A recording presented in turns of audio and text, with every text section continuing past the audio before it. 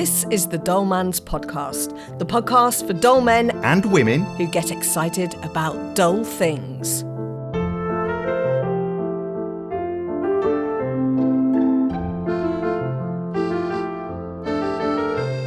Welcome to another episode of the Dull Man's Podcast. It's episode 28, believe it or not. My name's Dave Harries, and joining me round the dull discussion table, we've got Faye Hatcher. Hi, Faye. Hello. That's no way to describe my dining room table. This is bespoke. It's been handmade from recycled bits of old wood. And it's very trendy, so how dare you say it's dull? Well, it's appropriately dull, but, you know. Well, it is trendy, now. dull. You've covered it in your green, mossy... Anyway, this isn't your dining room, Faye. This is our official studio. Yes, yes. And also joining us is Top 800 comedian Demitris Deech. Hello, Deech. Hello, Dave. How are you doing? I'm very well. Good week? Well. Yeah. What's not to like? It's been an exciting week for the Dull Man's Podcast. It has, and we're going to come on to that in a minute because we got a feedback section all about that, why it's been so exciting for us this week, and we'll come to that in a minute for those of you who don't know already. But just tell us what you're going to discuss today, Deech. What's your subject today? I'm going to be talking about the first ever Wimbledon tournament. Oh, good. Yeah, and why it occurred and how there was a dull man right at the heart of it. Oh, fantastic. Yeah. Well, I hope they had strawberries as well. When do you think that was actually, the first ever Wimbledon tournament? Oh, God, 120 years ago? So that would make it 1905, Faye? Sort of. I don't know, I got distracted by one of your nasal hairs there. Was it twitching you? That's not mine, that's Dave's. He lent it to me. Yeah, I want it back as well. That's a sign of a proper dull man, isn't it? Well, it's a sign of an old man. I don't know about a dull man. Yeah. Okay, so I need to get waxed. Yeah, 150 years, I'd say. Okay. Well, I'll let you know when it comes to my section. Good. Oh, keep us guessing. Faye, what are you going to discuss today? I'm going to be talking about the fact that every cult needs a leader. Oh, blimey, that sounds a bit highfalutin. Well, you know me. Yeah, absolutely. I don't even understand that. And I'm going to be discussing music festivals because very recently, as we record this, Glastonbury finished. And I was interested in the whole thing of music festivals, and they have quite a history. And I'll be asking you some questions about that. Oh, better carry on listening then, Yeah, really. Absolutely. So that's all coming up in the Dull Man's Podcast.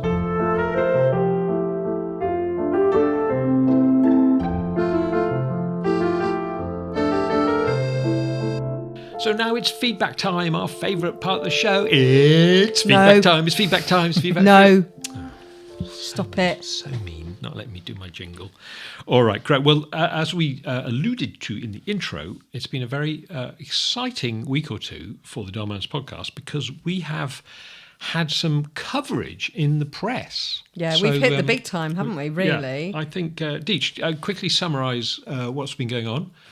So we had on the show, my friend Pete, who I met at a comedy club. That was episode 16. Episode 16. Can Pete, you smell gas? A gentleman who is in his 80s. He heckled me at one of my comedy nights. You're shit. I can't remember what he said, but I often... You're shit. Yeah. I speak to... that's not something I never get, but... I get that sometimes. Often it's heckles about my nasal hair. You just never know what might crop up. So, but it transpired he was retired, but he was a chemist and he invented a smell. That smell was for gas. I got him on the show via Zoom, and yourselves and our friend and co-host Sarah Steele had to guess what smell he invented. And I think, Faye, you did guess it, didn't you? I did, yeah. Yeah, you got really quickly. He basically put the smell into natural gas. Yeah. He put the smell into which natural... has no odour normally. Yeah. And then off the back of that, people were excited about him more than us. So we gave him a Lifetime Achievement Award for services to dullness. Yeah. And that was picked up by some news agencies. So we were in the I newspaper, on regional news, BBC Regional News, on local radio, on Radio 2. Yeah, we were on Jeremy Vine Show. Amazing. Pete's he's getting famous. And the great thing is, he's a great supporter of ours, and so whenever he gets interviewed by these channels, he says, "Oh yes, but the Dolmans podcast gave me this award," so he keeps mentioning us. And you can get the podcast on all platforms. He's a fantastic champion for us. He's absolutely mint, isn't he? But he deserved that award because he was, he is a real hero. So I think it's a brilliant thing, and it's great that it's been picked up by all the press. We're still hoping it may get picked up by other channels. We're really hoping that the One Show picks this up. Well, it feels like the perfect story for the One Show. It really does. It does. I can see it just like 2 minutes past 7 after the trumpets have blown. We've got this great little story coming up for you. Can you just see it? We can see it. Let's just hope they can see it. Before we go any further, I got to play. We have actually got some feedback which refers to all this publicity we've been having, and it's from our very regular listener, Glynis in Solihull. So, have a listen to Glynis. Great excitement in Solihull because your podcast and Pete, the gassy smells man from Cardiff, who first came to prominence in episode 16, was on our local news. And it doesn't get much bigger than that, because if anyone's made it through to the West Midlands, they must have gone global, in my opinion. I got one small quibble, which is that I knew Dave, your producer, back in Cardiff in the 1970s. And, well, to my mind, it wasn't necessarily Pete who invented the gassy smell. I'm not sure what Glynis means by that, but, and I think he might be mixing up his facts a bit. Of course, yeah. He saw us on Midlands Today, which is the sort of Birmingham local news. So my mum and dad get Midlands Today. It's where I first started my career, actually, in the media. And I spoke to my dad yesterday. I said, "Did you see us on the news?" He went, "No." He said, "I remember seeing the story. We were on there for a second, weren't we?" Well, a little more than a second, yeah. I mean, it's there's a good picture of us all interviewing Pete. It's not about us, is it? It's about Pete. Us. Not about us, but we are getting, we're getting a lot of new listeners because of it, so that's great. And I got a phone call yesterday from a sort of friend of a friend, saying, "I've just heard you on Radio 2. You're on the Jeremy Vine show," and so we were. So Pete was, and again he gave us 3 or 4 mentions. He was great on there. Perfect. Yeah, I mean the feedback from the public has been incredible. Just looking at some of these comments on a BBC Facebook page, Peter Hansen, take a bow. P.S. I wonder how many people think natural gas just smells like that anyway. That's really interesting. That came out on Radio 2 in the phone-in. The smell was literally a lifesaver when I walked into an elderly client's house and immediately realised there was a gas leak. Thank you, Peter. That comes from Kaz. Give him a knighthood. He saved lives. That's from Mike. Dull fact, it's called a stenching agent, Steve. Join the club. You're very welcome. Samantha, think of the lives he's saved, Peter, with his invention. His contribution should be nationally recognised. Well, that's what we believe. And we have nationally recognised it. If you regard the Dolmans Podcast Lifetime Achievement Award as a national award. Well, exactly. I think it's an international award, frankly. Indeed. With an award which someone on the comments page said it looked like it came from Etsy. It could have been a laminated certificate, We don't have our awards budget is limited. Zero, mate. Zero. What's wrong with a hexagonal plate of glass? We couldn't even afford to run the awards ceremony in LA. We had to run it in a dodgy nightclub in Cirencester. Oh my goodness. Yeah, I mean, it's had loads and loads of likes, 9,000 likes on this BBC Facebook page, 540 comments, 841 shares, 498,000 views. So Peter has really resonated with the great general public. Brilliant. And Peter's really happy about it because he sent a message which said, they were very kind on the radio. He really enjoyed it. And he said, "Is there any other outlet we have missed?" Yeah, he's getting BBC, used to it now, TV, radio, podcast and newspapers covered. ITV, ? The Beano, ? He's getting addicted to the fame. It's going to his head, isn't it? He'll be asking about an agent and a rider net. He's turning into a lovey. Oh, dear. Good for him. Absolutely. If you can't turn into a lovey at 85, what can you do? All right, well, thank you very much. That was an excellent feedback session. We're all enjoying Pete's fame. And just a reminder that we'll be voting for our favourite fact of the episode right at the end.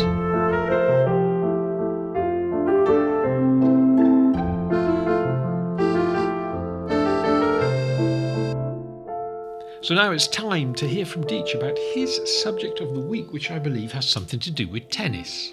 Yeah, well, Wimbledon has just been and gone with a big prize pot of money. Dave, you said it was 120 years ago. I think it was I the did, first ever tournament. It makes it 1905. I'm still trying to work out. Faye, you said 150 years ago, so that makes it 1875. So Faye, you were 2 years out from the first ever Wimbledon tournament. The first ever one was in 1877. But Oh my God. 150 years ago, which is when you said, was when they actually wrote down yes, rules. That's when you were thinking. That's what I was thinking. yeah, At the you were Marylebone Cricket Club. Easy to get those two things I mixed know. up. I do that all the time. Sorry, really they do. wrote down the rules at Marylebone Cricket Club Yep. of tennis. You're in the Yeah, wrong yeah, place, yeah. mate. You're in the wrong place. Yeah, well, So they moved to Wimbledon to try and save so face. It was set up because at Wimbledon and generally the very popular sport of croquet was waning in terms of popularity and support. So these places started setting up tennis.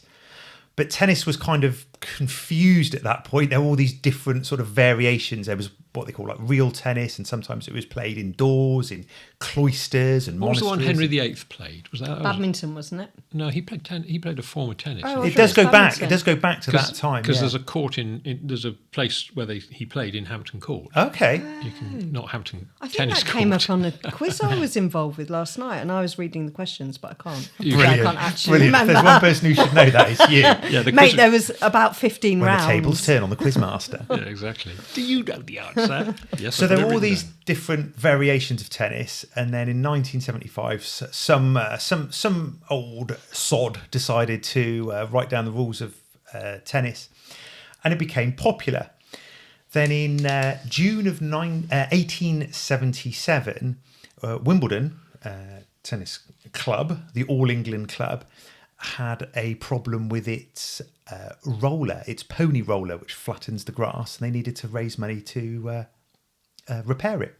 So they set up a tournament. To repair the pony roller. Yeah, to because there was like an administration fee, which was a guinea, which is that's £1 and a shilling. And they put an advert, a public announcement of the tournament, and it was published in the Field magazine under the headline Lawn Tennis Championship. The All England Croquet and Lawn Tennis Club at Wimbledon proposed to hold a lawn tennis meeting, open to all amateurs, on Monday, July the 9th and the following days. 2 prizes will be given, 1 gold champion prize to the winner and 1 silver prize to the second player.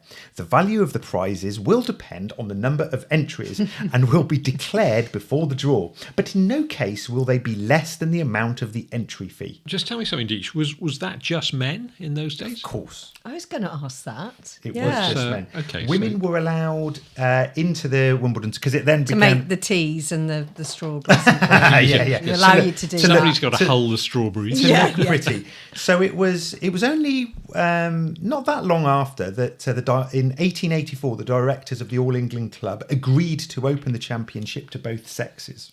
Players were instructed to provide their own rackets and to wear shoes without heels. Why do tennis players wear whites then? That's traditionally? only Wimbledon. It's only Wimbledon. Yeah. Yeah. Wimbledon are very strict about that. Yeah. I suppose is it so you can see the ball better or something? I don't know. No. I think it's just a case of that would have been sort of like the sports outwear that men wore. Do you think that was inherited from cricket? Because you said it was sort of done at Yeah, the MCC. most likely because the outfit that tennis players wore, they wore long trousers for one, so they probably wore fatigues that cricketers would have worn to be. And Should we just recreate a little bit of Wimbledon now? So we're all going to look that way, and then we're all going to look that way. This is just for the camera. That'll look really good on Yeah, the no, podcast. but all right. So ready, go that way. Ooh. Ooh. Ah. Ooh.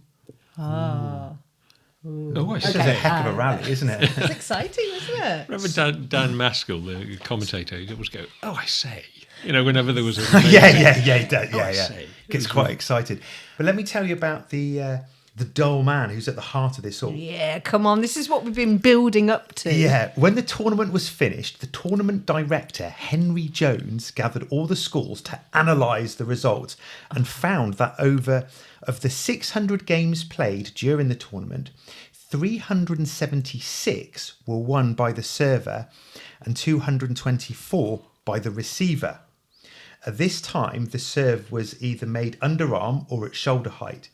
This was seen as a serving dominance and resulted in a modification of the rules the next year, the 1878 championship. Oh, he's a stats man, isn't he? Yeah, that's probably like Seriously dull. Yeah. to look at. Yeah, almost like the founder of the Dull Men's podcast. It's certainly the honorary founder. Here's some strawberry facts for you. This, because the fruit synonymous with the championships is the strawberry, and it's a variety named Morling Centenary, and they're produced by Hulo Farms, which is a family-run business located just 31 miles away from the ground. How many tons of strawberries are eaten each year during that fortnight? Oh, it's got to be 5. I was going to say 3 tons. It's actually, and this staggers me, 34.8 tons of strawberries. Wow. That's a lot of strawberries. Yeah.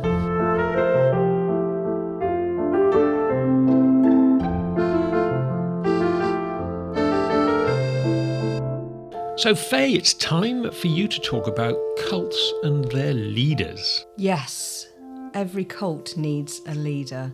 And this relates really nicely to how we began today's show, talking about our newfound fame as a podcast. We have got more than 10 listeners. So I'd say we are sort of cult status. I think we're up to, are we up to 15? Yeah, something like that. Yeah, we have gained cult status, haven't we? We have. Because we've got more than 10 listeners. We've got more than 10 listeners, And yes. I know, Deech, you probably think, I'm the figurehead to this podcast. What, as in you're the figurehead? No, you are. Oh, I'm You're the figurehead. probably thinking that because, it was sort of your idea, wasn't it? And you're, right. You're a very funny guy. Okay, I don't know where we go. I don't know where we're going you with always this. win things. But what I think is that we should be looking for some sort of leader for our cult. Yeah. An honorary member of the Okay. Dolmans podcast. Yes. A god, a figurehead, that kind of thing. Yeah, a messiah. Yeah, a messiah. Somebody we can sort of worship and channel Yes. when we sit down around our table. We remove Nelson's collar, the statue of Nelson Yes. on Nelson's column, Yeah. and replace him with... Yeah. Alex Horn. Oh, Do you know Alex Yes, Horn? the dull musician and sidekick to... Greg Davis from Davis. Taskmaster. So a little bit about Alex Horn. If you haven't come across him before, he's a really, really clever guy. Yes. He's late 40s.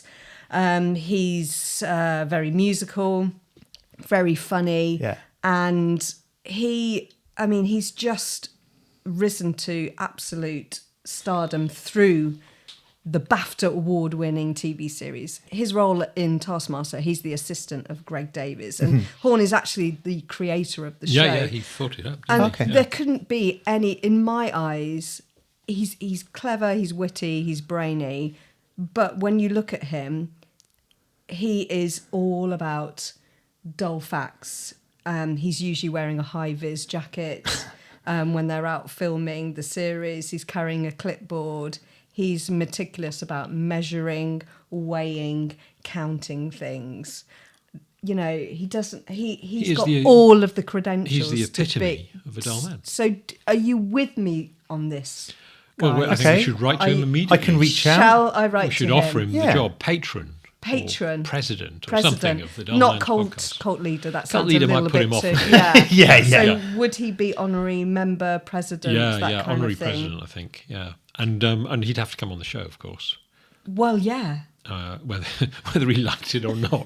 The one downside to this, Alex, So is you're you not have to be a upset, guest. Deech, Dave, that it's not. Oh, I'm only you. the producer. You know what? Not in the least. There have been times in my life where I've had power, Yeah, and it's never gone well. really. Yeah, so I was already getting quite nervous Yeah. in kind of realizing that I was at the top of this trio. So Well, except that I have the editorial control of this show. Yeah. So I don't think Deech can get too big-headed because I can just cut him out. Yeah, exactly. as you often do. As I'm often forced to do. Yes, exactly. But So I'm going to write to him and just see what he thinks. Yeah. And Brilliant I mean, idea. What's the worst that can happen? He can always say no, He can- can't he? he And can then we'll say just no. ask somebody else. But Yeah. if any of our listeners have got a better alternative to Alex Horne, I'd love to hear your thoughts. hard to think of one, isn't it? No, I know.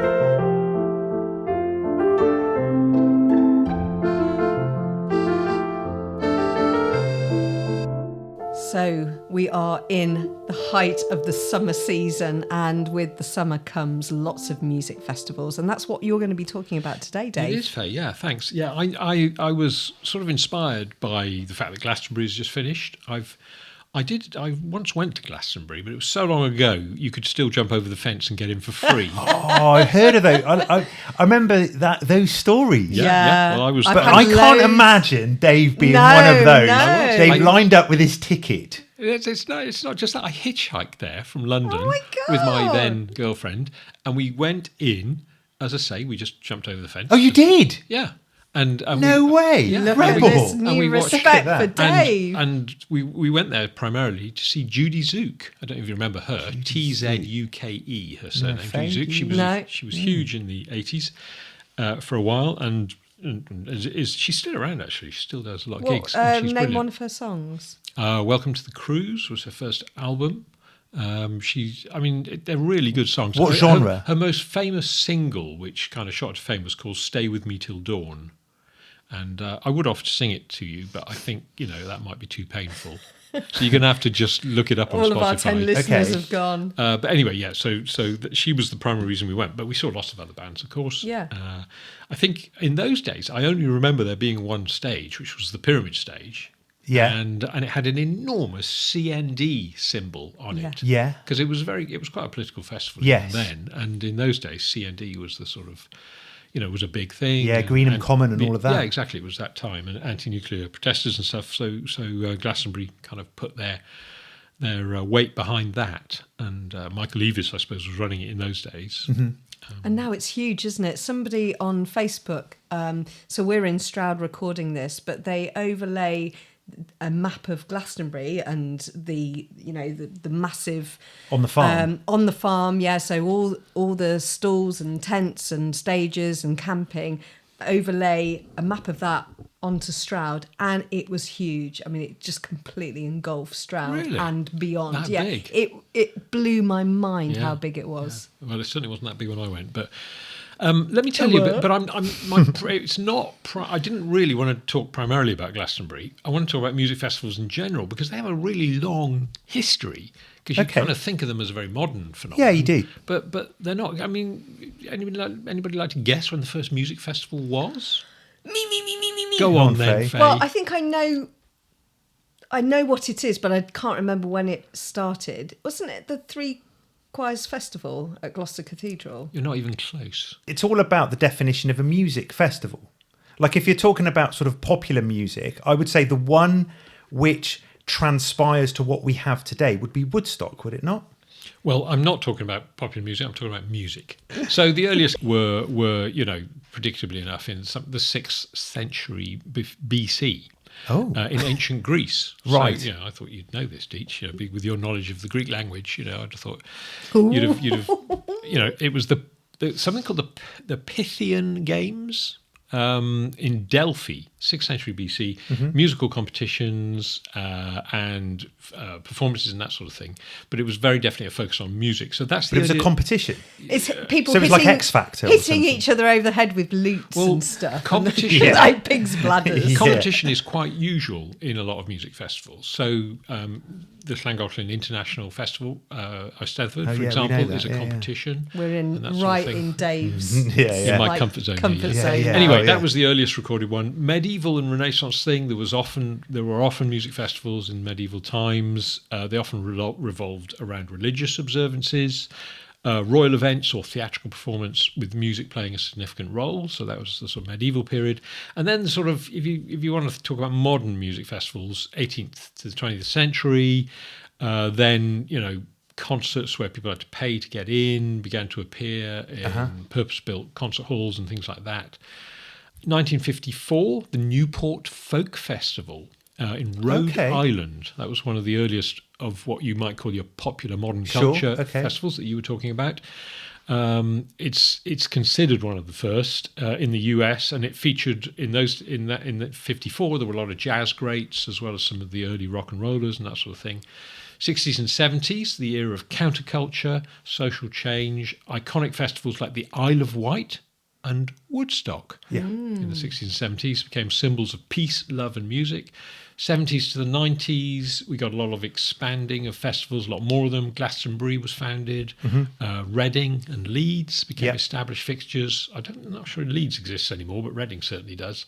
Well, I thought it did. And then in the 21st century, so the century we're in now, there's loads and loads of festivals. It's really exploded. There are so many.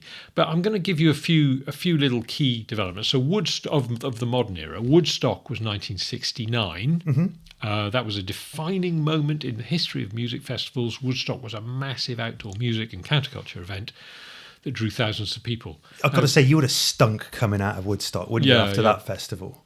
Glastonbury... Of what? Of everything. Glastonbury, which we started this conversation talking about, originally known as the Pilton Festival, started in 1970. So a year that's after where it is, isn't it? Woodstock. It's actually Pilton. It's not in Glastonbury, it's Pilton. It's that's evolved into one of the UK's largest and most iconic festivals, as you know, and obviously the BBC cover it extensively and broadcast most of the stages live and that sort of thing, and it's unique in that respect. The Reading Festival was 1971. So Gosh, that's been going a long time. Yeah. And that's a bit heavier, isn't it? Yeah, that started as the National Jazz Festival. Wow. Yeah. Because I just associate it with actually... It's a rock festival. Yeah. And then there was something called Pink Pop in 1970. That is the oldest annual pop rock festival in the world, and it's held in the Netherlands. Pink Pop. I'd never heard of that one. No. So. Sounds right up your street, Dave. And then there's one called thank you very much. I'm there every year. Rock in Rio, and you'll never guess where that's held, was started in 1985, and that's the Brazilian festival that has expanded to multiple locations and features a wide range of musical genres. But okay, it's time to get you guessing a bit now. So the biggest current festival in the world. Can you tell me? And this is by numbers of visitors. Coachella? So, Deech, I don't want to leave you out. Well, I don't think it's Glastonbury because of the way that you're asking the question, but I would have guessed Glastonbury had I been asked the question in a different way. Okay. And this is worldwide. I'm not talking about just the UK. Glastonbury is the biggest in the UK. Right, but, okay. But worldwide. Of a worldwide music festival, I don't know. Okay, well, I'll tell you what it's called. Yeah. It's called the Danube Island Festival. Never heard of it. And it's interesting, isn't it? It's the biggest in the world. It attracts more than 2 million festival goers. Oh, my goodness. Attendance is across 3 days. Wow. So it's 2 million people in... Well, actually, apparently attendances have reached 3.3 million in 2015. We need to go. We need to do this show on tour. That sounds insane. And about 350,000 people are allowed on the festival site for free at any one time.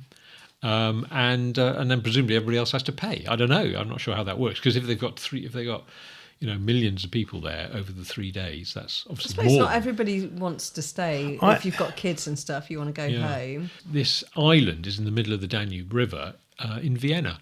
Oh, it sounds amazing. Hold on, this seems a bit weird. You think I'm making this up, don't you? I don't think you're making it up, but something's not right. An island in a river is never going to hold that amount of people. Well, to be fair, it depends on the island. The island is 4.5 kilometres long, so it's quite a big island. How does everybody get there?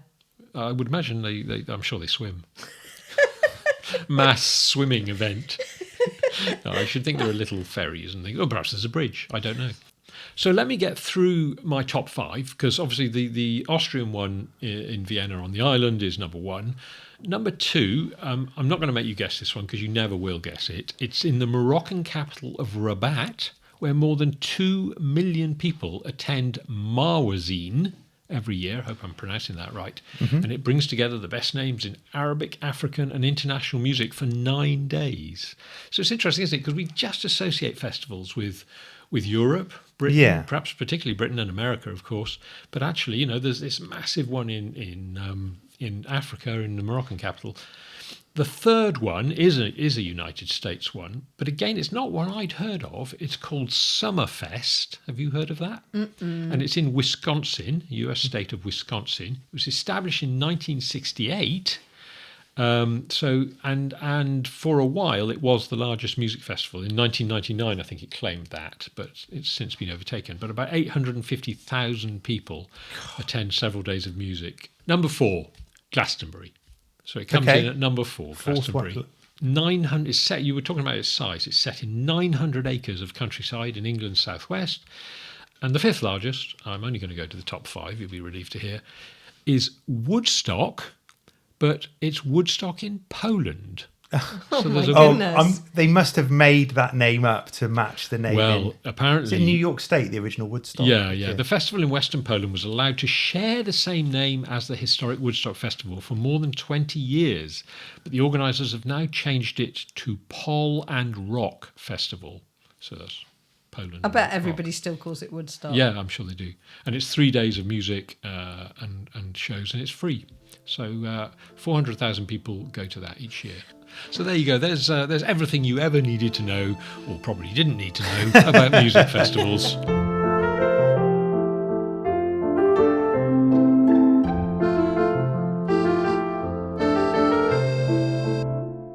So we've reached the end of another show. Thank you very much for listening. It's time to vote on our favourite fact of the episode. Deech. Yes. Which of your facts are you going to vote for tonight? The little thing that I've really enjoyed hearing and also saying, to be fair, was your stuff. Was that the first ever Wimbledon tournament was set up because they had to raise funds to repair the pony roller to keep the lawns flat. Yeah, that is a good fact. I'll give you that. That is a good fact. Yeah, I'm Faye? Also going to vote for that fact. Can you see Deech's I head can see expanding? I don't even have to look at him. He's sitting there going, smug. But yes, it's a great fact. Well done, Deech. Yeah. Okay, well, I'm just to be different so that Deech doesn't get a clean sheet, because I did love that fact. But I'm going to vote for the fact that the biggest festival in the world is on an island in Vienna. Right. So, because I think that's quite, and that we've never heard of, because we're so Anglo-centric. But well done, Deech. Thank you. Very well-deserved win for the pony roller. Thank you, Deech, for your excellent contributions. Thank you, Faye, for your excellent contributions. Please keep listening to the Dull Man's podcast. Although we've found a little bit of fame over the last few weeks with regional telly and Radio 2 and stuff, we have yet to find fortune, and we need fortune to keep this going. And what do people need to do, Dave, to spread the word? They need to share it. They need to subscribe on wherever you listen to your Definitely podcasts. subscribe. Tell your friends as well. Put Definitely it on share. Facebook, wherever you can sponsor us as well if you want to. We'd love to have a conversation with you. And if any of you know Alex Horne personally, Yeah. can you tell him we want him as our new president? Please, thank you. All right, thanks for listening, and we'll see you next time.